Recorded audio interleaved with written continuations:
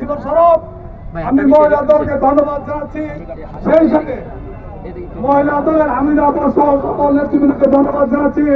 সেই সাথে আবারও আপনাদেরকে বিভিন্ন ইউনিয়ন পৌরসভার ওয়ার্ড থেকে যারা এসেছেন সকল নেতৃবৃন্দকে সকল আর ব্যক্তিগতভাবে আমাকে বলেছেন তার অন্তর ছটফট করছে।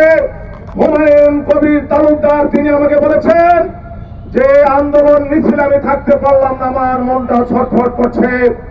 আজকের এই বিজয় মিছিলে আমরা হুমায়ুন কবির তালুকদার সাহেবকে পেয়েছি, এই জন্য আল্লাহর কাছে শুকরিয়া করছি। আল্লাহ আমাদের ভাবিকে সুস্থতা দান করুন।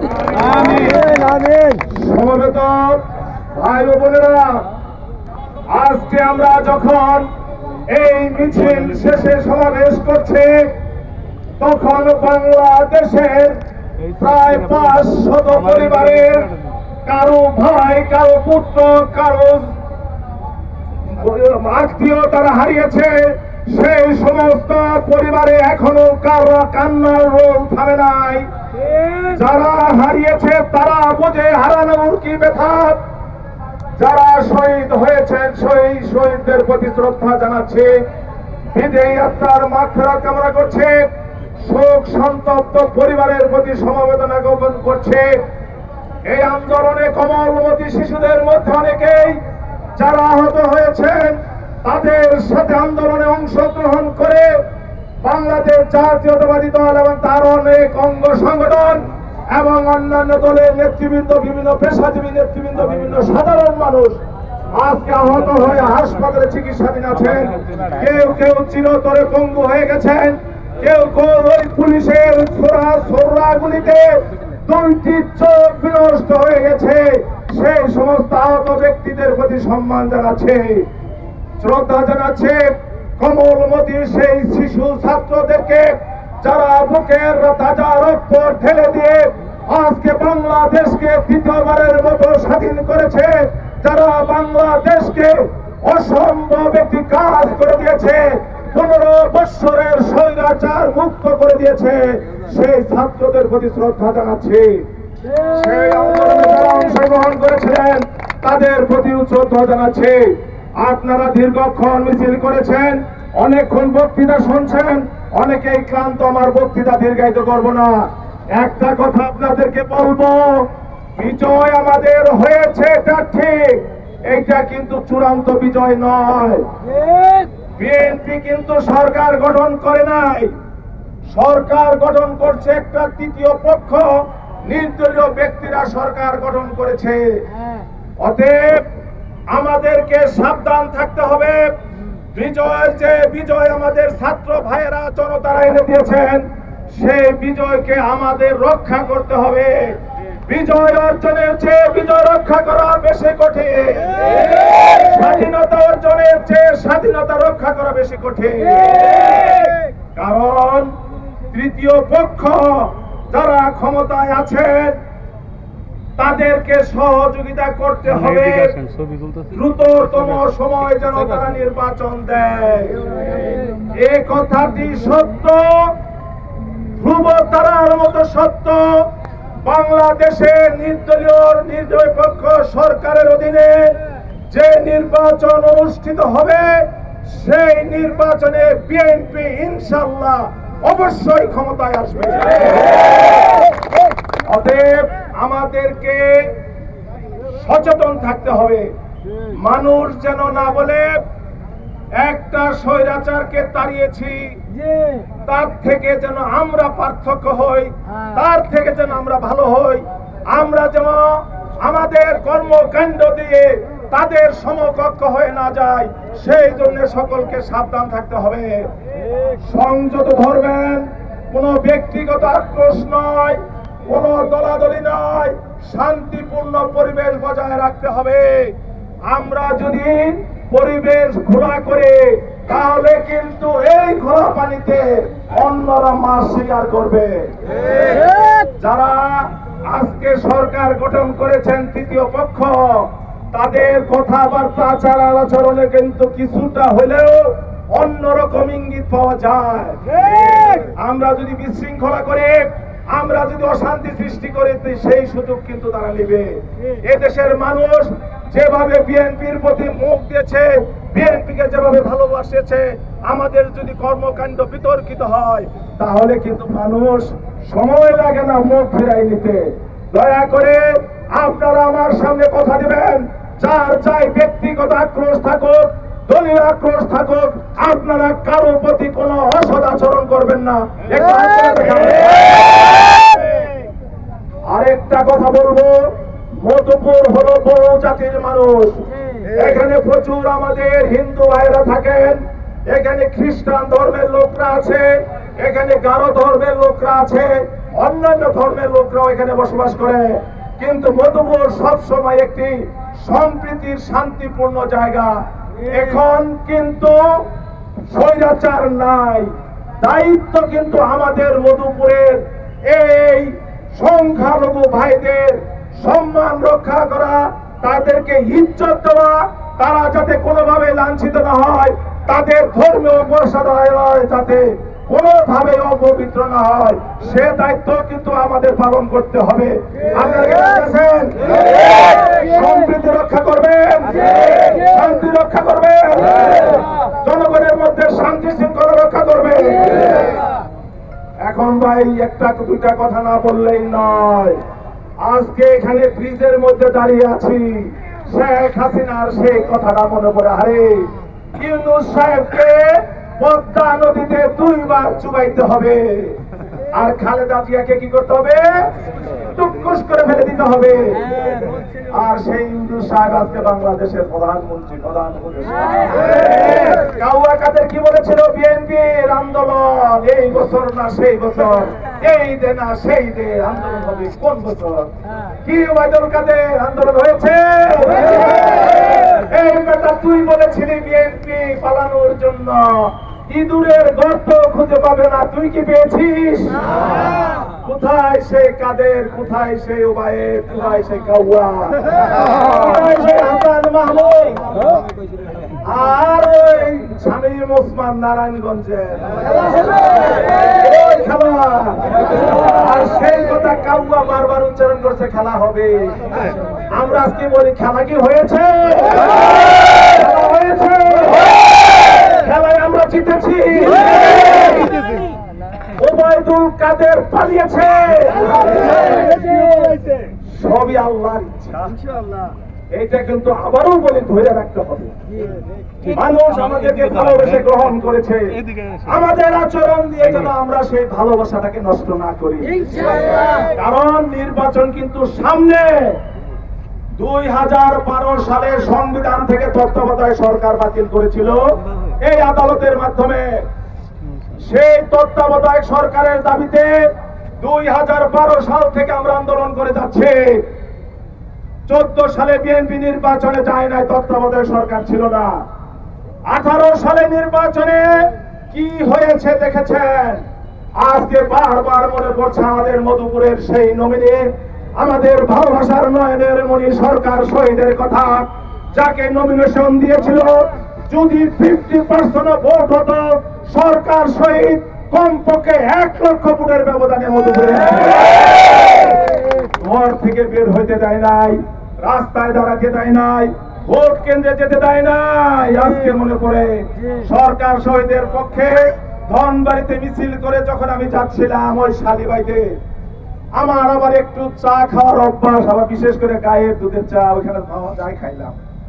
চায়ের কাপে শুধু একটা মুখ দিছি, কোথার থেকে যেন 10-12টা মোটর সাইকেলে নিয়ে এসে আমার উপর হামলা করলো। এখানে জাহাঙ্গীর উপস্থিত আমার সাথে, সে ছিল আমাদের মধুপুর উপজেলা ছাত্র দলের সাবেক সভাপতি ইসহাক আলী খান পান্না।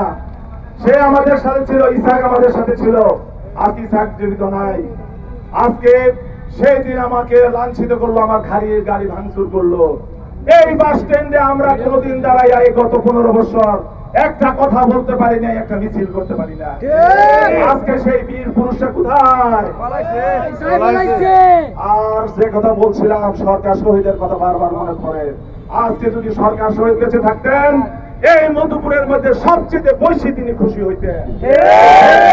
কারণ সরকার শহীদ সহ আমাদের হুমায়ুন তালুকদার, বাবলু ভাই, লতিফ পান্না, মান্নানরা, অনেকেই কত মামলার আসামি দেখেন। এইখানে মধুপুরে সবসময় বিএনপির একটা অংশ দালালির রাজনীতি করে, সব সময় দালালির একটা রাজনীতি করে।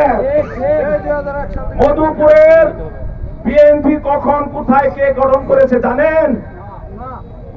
যে বিএনপির কমিটিতে প্রতিষ্ঠাতা আমাদের মির্জাবাড়ি ইউনিয়নের চেয়ারম্যান মালিক বাড়ির নাম নাই, বাবলু বাড়ির নাম নাই, লতিফ বাড়ির নাম নাই, হুমায়ুন বাড়ির নাম নাই, মান্নান বাড়ির নাম নাই, সামাদ বাড়ির নাম নাই, আসাদ বাড়ির নাম নাই, আমাদের নানুর নাম নাই, আমাদের ওমর ফারুকের নাম নাই, ওমর বাড়ির নাম নাই, এরকম শত শত লোকের নাম নাই। সেটা আবার কার কমিটি, কিসের বিএনপি? চোরের মতো ধনবাড়ি সম্মেলন করতে গিয়েছিল আর হাজার হাজার মানুষ রাস্তায় দাঁড়িয়ে গিয়েছিল। পুলিশ দিয়ে গুলি করে, আওয়ামী লীগ দিয়ে ওই বাইকাটের আকবরের ছেলে এবং তার সন্ত্রাসীদের দিয়ে আক্রমণ করে। তারা কেউ গোপালপুর থেকে, কেউ সরিষাবাড়ি থেকে, কেউ মুক্তাগাছা দিয়ে জামালপুর ধনবাড়িতে এসে 5-7 মিনিটের একটা সম্মেলন। সেই সম্মেলনের রেকর্ড আছে।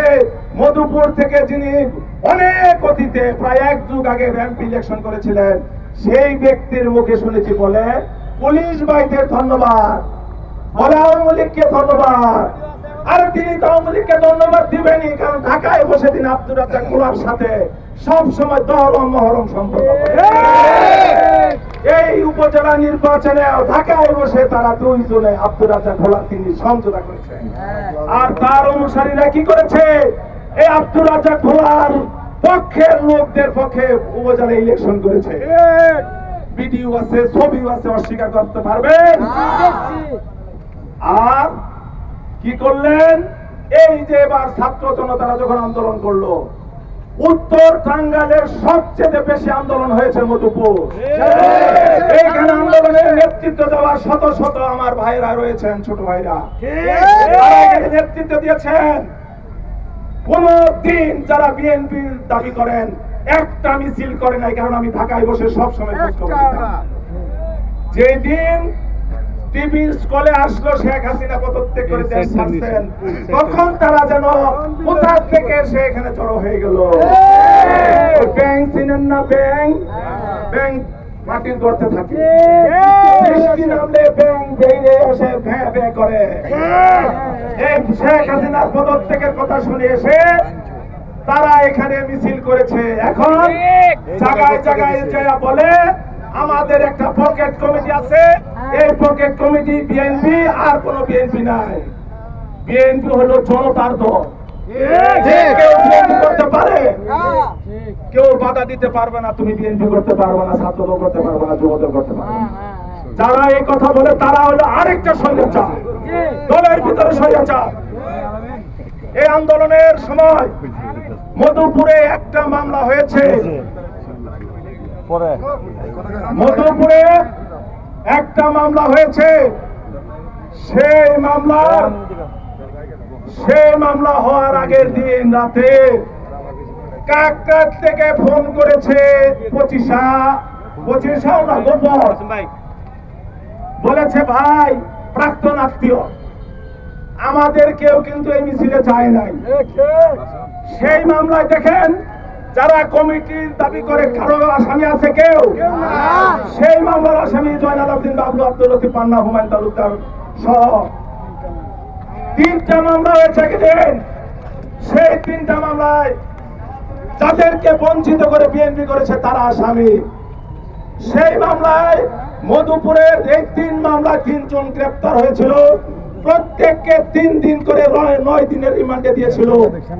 সেই গ্রেপ্তারকৃত ব্যক্তিরাও তো আমাদের সাথে, হানিফ আমাদের সাথে, আলামী আমাদের সাথে, তাদের একজন বলো গ্রেপ্তার হয়েছিল।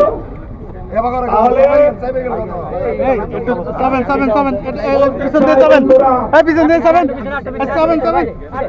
বন্ধুরা বলতে চাই, আন্দোলন সংগ্রাম করব আমরা। আমি মোহাম্মদ আলী 2-1টা কথা না বললেই নয়। আমি জাতীয়তাবাদী আইনজীবী ফোরাম কেন্দ্রীয় কমিটির যুগ্ম মহাসচিব। আপনারা জানেন সুপ্রিম কোর্ট চত্বরে আজকে আবারও ছাত্র জনতার মিছিলের ঢল নেমেছে। প্রধান বিচারপতি সহ 6 বিচারপতি দাবি অনুযায়ী পদত্যাগ করেছে। আমার সেইখানে থাকার কথা ছিল, কিন্তু আপনাদের ভালোবেসে আপনাদের আহ্বানে আমি সেই আন্দোলন ছেড়ে মধুপুর এসেছি।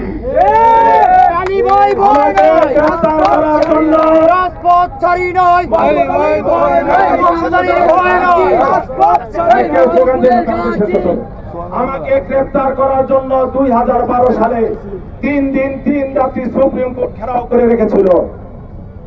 আল্লাহ রহমত, আমি সুপ্রিম কোর্টের সভাপতির রুম আশ্রয় নিয়েছিলাম, আমাকে গ্রেফতার করতে পারে নাই। আমাকে গ্রেফতার করতে না পারে মমতাজ উদ্দিন মেহেদী নামে একজন আমাদের আইনজীবীকে ধরে নিয়ে পুলিশ ডিবি পুলিশ পিটিয়ে হত্যা করে ফেলেছিল, যার ভাগ্যের পরিণতি হয়তো আমার ঘটত। দেশনেত্রী বেগম খালেদা জিয়া যখন আদালতে যায়, প্রতিদিন একটা করে মামলা হয়। শেষে যেদিন তিনি গ্রেফতার হন সেই দিন 2টা মামলা হয়। ওই সিরিজে 10টা মামলা হয়েছে। ফখরুল ইসলাম, আমাদের মহাসচিব সহ আমাদের সিনিয়র নেতার আসামি, আমি মোহাম্মদ আলীও সেই 10টা মামলার আসামি। এই শেখ হাসিনার রাজত্বে 2বার কারাবরণ করেছি। এই ছাত্র আন্দোলনে আমার 2 ছেলে ঢাকার রাজপথে আন্দোলনে অংশগ্রহণ করেছে। আমাদের মরিল্লার শামসুজ্জামান সিরামিক ইনস্টিটিউশন ঢাকা ছাত্র দলের সভাপতি, সে আমাকে বলেছে আন্দোলনের দিন, শেষ আন্দোলনের দিন আওয়ামী লীগের অবস্থান ছিল ফার্মগেটের দিকে। পুলিশ এবং আওয়ামী সন্ত্রাসীরা ফার্মগেট থেকে গুলি করতে করতে যখন বাংলা মোটরের দিকে আসে, সুরজ বলেছে আপনার ছেলে মুক্তকে দেখলাম একটা রড নিয়ে এসে পুলিশের দিকে তাড়িয়ে যাচ্ছে। আমার ছেলে সেইভাবে ঝুঁকি নিয়েছে। আমার 2 ছেলে যখন শাহবাগে বাংলা মোটরে ছাত্র আন্দোলনের সাথে জড়িত, যখন পুলিশের গুলির সম্মুখে আমি তখন নিজে প্রেস ক্লাবের সামনে পুলিশের সাথে সংঘর্ষ করি, যুবদলের সাথে সংঘর্ষ করি। আমার 2 ছেলে আমরা বুলেটের মুখে গিয়েছি। আমার স্ত্রী একা একা ঘরে থাকতে পারে নাই, সে চিন্তা করেছে আমার স্বামী গিয়েছে, আমার ছেলেরা গিয়েছে, তারা হয়তো ফেরত আসবে না। আমার স্ত্রী ওই আন্দোলনে অংশগ্রহণ করেছে। আপনারা দেখেছেন ছাত্ররা অনেক সুন্দর সুন্দর কর্মসূচি দিয়েছে। কমপ্লিট শাটডাউন, ত্রয়ের জন্য যাত্রা, জাস্টিস, মার্চ ফর জাস্টিস, অর্থাৎ ন্যায় বিচারের জন্য মিছিল। এই মিছিলের মূল অংশ ছিল সুপ্রিম কোর্টে। আমার নেতৃত্বে সেদিন আইনজীবীদের নিয়ে আমি মেইন রাস্তায় গিয়েছে। যাওয়ার সাথে সাথে বঙ্গপালের মতো যেন কোথার থেকে ছেলে মেয়েরা চলে আসলো, তাদের মিছিল শুরু হয়ে গেল। ইতিমধ্যে 4টা ছেলেকে পুলিশ গ্রেফতার করে নিয়ে যাচ্ছে। একজন আন্দোলনকারী বলল, স্যার দেখেন এই যে আমাদের 4 জনকে ধরে নিয়ে যাচ্ছে। সুপ্রিম কোর্ট আইনজীবী সমিতির সভাপতি মাহবুবুদ্দিন খোকন এবং আমি সহ অন্যান্যরা পুলিশের ভ্যানের সামনে দাঁড়াইলাম। বললাম আমাদের গ্রেফতার করেন, না হলে ছেড়ে দেন, ছেলেদেরকে কেন নিয়ে যাবেন? সেই সময় কিন্তু পুলিশ ডাইরেক্ট গুলি করে। সেই গুলির মুখে আমরা দাঁড়িয়েছিলাম। পুলিশ বাধ্য হয়ে সেইখান থেকে 4টা ছেলেকে ছেড়ে দিয়েছে। আপনারা ভিডিওতে দেখেছেন, আমি জিনিসটা খেয়াল করি নাই। মধুপুর থেকে অনেকে আমাকে লিঙ্ক পাঠালে বলে, দেখেন আপনি কিভাবে ভূমিকা রেখেছেন। এইটা তো সত্য কথা বললাম, এখানে মিথ্যা বলার কোনো সুযোগ নাই, কারণ এগুলো রেকর্ড আছে, এগুলো ভিডিও আছে, সারা মানুষ, সারা পৃথিবীর মানুষ দেখেছে। এইভাবে 2009 সাল থেকে আন্দোলন সংগ্রাম করে যাচ্ছি। 2বার জেল খেটেছি, বারবার হত্যার সম্মুখীন হয়েছে। এরপরেও নমিনেশনের প্রশ্নে আমি বলতে চাই, আজকে আমার কাছে সেনাবাহিনীর একজন গোয়েন্দা গিয়েছিলেন। তিনি আমাকে বললেন, শুনলাম মধুপুরে আপনি প্রার্থী, ঠিক আছে। আরেকজনের নাম শুনি, তাকে তো কোথাও দেখি না, তার তো কোনো আত্মীয় স্বজন কাউই মাঝে দেখি না। কি ধরনের প্রার্থী? তারা বললাম যে তারা না, কারণ তারা তো দেখা যায়। আমি বললাম এটা আলো। ওটা আলো না, আলো তো দেখা যায়, কারণ আলো অন্ধকার আছে। এটা বাতাস, ওটা বাতাসও না, এটা তো বাতাসও তো শরীরে লাগে, বোঝা যায়। এটাকে কি জানি কি বস্তু, তিনি তাকে মধুপুরে নমিনেশন পাবেন, এই কথা অপপ্রচার করবে। আমি বলতে চাই, আন্দোলন করেছি, সংগ্রাম করেছে, আমি কিন্তু আব্দুল গফুর মন্টু না, আমি জাতীয় নির্বাহী কমিটির সদস্য, জাতীয়তাবাদী আইনজীবী ফোরাম, আমি কিন্তু যুগ্ম মহাসচিব। জিয়াউর রহমান ফাউন্ডেশন একটা সংগঠন আছে, তারেক রহমান সেটার চেয়ারম্যান, তার স্ত্রী জুবাইদা রহমান তার ভাইস চেয়ারম্যান। তারেক রহমান এবং জুবাইদা রহমান একটা সংগঠনেরই চেয়ারম্যান এবং vice chairman, Ziaur Rahman foundation. আমি সেইটার প্রেসিডিয়াম মেম্বার। তাহলে বলতে চাই, মধুপুরের মানুষ যদি আমাকে চায়, আপনারা যদি আমাকে চান, আন্দোলন সংগ্রামে যদি আমার ভূমিকা থাকে, তাহলে আমাকে নমিনেশন কেন দেওয়া হবে না? ওই বায়বীয় শক্তিকে কখনোই নমিনেশন দেওয়া হবে না। একটা কথা বলি, শোনেন, যার গায়ে শক্তি আছে সে কিন্তু মারে, হাত দিয়ে মারে। আর যার গায়ে শক্তি নেই সে কি করে? মুখ দিয়ে মারে, মুখ দিয়া। তো ওই মুখ দিয়ে বলে বেড়াইতেছে যে ওই অদৃশ্য বস্তু নমিনেশন পাবে আর বিএনপি তাদের পৈতৃক সম্পদ। এটা হয়? যাই হোক, মাইকে ডিস্টার্ব, বেশি বক্তৃতা করতে পারতেছি না, বসে যাচ্ছে। আপনারা বিশ্বাস রাখুন, বিএনপি কখনোই অজনপ্রিয় ব্যক্তিদেরকে, অশীর্ষ ব্যক্তিদেরকে মধুপুর নমিনেশন দেবে না। যদি দিতে চাই আপনারা মানবেন না? আন্দোলন সংগ্রাম করবেন না? ইনশাল্লাহ আপনারা মধুপুর নমিনেশনের জন্য দেখাই দিবেন মধুপুরের স্থানীয় প্রার্থীর পক্ষে আমরা আছি। আর যত নবীন লাগে আমি ঢাকায় করবো ইনশাল্লাহ। নমিনেশন আমাদেরই হবে, ওই ওদের কথায় কোনো কান দিবেন না, গুজব দিবেন না। আর একটা কথা বলতে চাই, ওই তথাকথিত বিএনপির যারা আছেন দায়িত্বে, প্রশাসনের কানে কানে গিয়ে বলেন যত সন্ত্রাস হচ্ছে, তত ভাঙচুর হচ্ছে, মহারাষ্ট্র হচ্ছে। ওই লোকটা আমি একটু প্রশ্ন করি, ভাইয়া কাকরাইতে ভাঙচুরটা কে করেছে? আপনি উপস্থিত থাকতে কাকরাইতে কে ভাঙচুর করেছে? নিশ্চয়ই আপনি করেছেন, আপনার লোকরা করেছে। চালাবেন, চালানোর চেষ্টা করবেন না। সবাই দলের লোক, সবাই আমাদের আপন, সবাইকে দেখে রাখতে হবে। দলের লোকের ক্ষতি করে দল করবেন, এটা হবে না। বুকে আঁকড়ে রাখেন, আমরা বুকে আঁকড়াই রাখবো। এই কথা বলে আমি আমার কথা আর বাড়াবো না। অনেক কষ্ট করেছেন দূর দূরান্ত থেকে।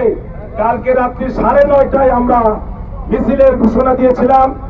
এই স্বল্প সময়ে মধুপুরে এত বড় মিছিল আমি আজ পর্যন্ত দেখি নাই, করতে পারি নাই।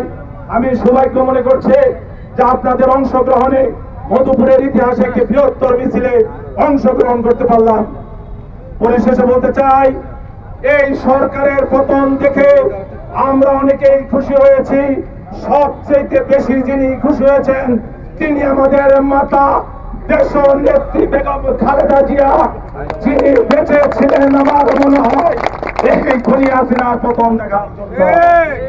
হাসপাতাল থেকে যখন তিনি বাসায় ফিরছেন, এই শেখ হাসিনার পতনের কথা শুনে আপনারা দেখেছেন আমাদের নেত্রীর কি মধুর হাসি, যে হাসি দেখলে পুরো প্রাণ জুড়িয়ে যায়। ইনশাল্লাহ আমরা বিজয় হয়েছে, বিজয় ধরে রাখতে হবে। সামনে পার্লামেন্ট ইলেকশন আছে, সেইখানে আমাদের নমিনেশন আনতে হবে এবং আমাদের জিততে হবে। সকলে সুশৃঙ্খল থাকবেন, কেউ আইন শৃঙ্খলা কেউ আইন হাতে তুলে নেবেন না। কারো প্রতি আবার ওয়াদা করিয়েছি, ব্যক্তিগত ক্ষোভ কেউ কারো প্রতি প্রকাশ করবেন না। সবশেষে আবারও আপনাদের প্রতি কৃতজ্ঞতা জানিয়ে আমার বক্তব্য শেষ করার আগে ফুলের মালা দিয়ে বরণ করে নিচ্ছেন আমাদের নেতৃবৃন্দ কি আলামিন, এই বৈষম্য বিরোধী আন্দোলনের নেতা আলামিন শেখারা, যারে প্রথম গ্রেফতার থানায় তিনি রিমান্ডে ছিলেন। সকলকে ধন্যবাদ। জিন্দাবাদ। তারেক রহমান জিন্দাবাদ, জিন্দাবাদ। আমি বুঝতে পারছি আমাদের দুইজন নেতা সেদিন গ্রেপ্তার হয়েছিল। আমাদের আরেকজন গোলাবাড়ির আলমী, আমাদের প্রিয় নেতা ফুলের মালা দিয়ে বরণ করে নিচ্ছে। বিগত আন্দোলনে আবু হানিফ আল-মাদানী তাদেরকে আমরা আপনাদের সম্মুখে তারা মুক্তির পর বরণ করে নিলাম। আমাদের নেতার মাধ্যমে আমরা তাদেরকে বরণ করে নিলাম। সেই সাথে প্রিয় উপস্থিতি আপনাদেরকে আবারও প্রিয় উপস্থিতি সেই সাথে আপনাদেরকে আবারও জানাতে চাই, আজকে বিকেলে আমাদের মূল নেতা সহ সকল নেতৃবৃন্দকে ধন্যবাদ জানাচ্ছি। সেই সাথে আবারও আপনাদেরকে বিভিন্ন ইউনিয়ন পৌরসভার ওয়ার্ড থেকে যারা এসেছেন সকল নেতৃবৃন্দকে ধন্যবাদ জানিয়ে আজকের পথসভা এখানে এই সমাপ্তি ঘোষণা করছি।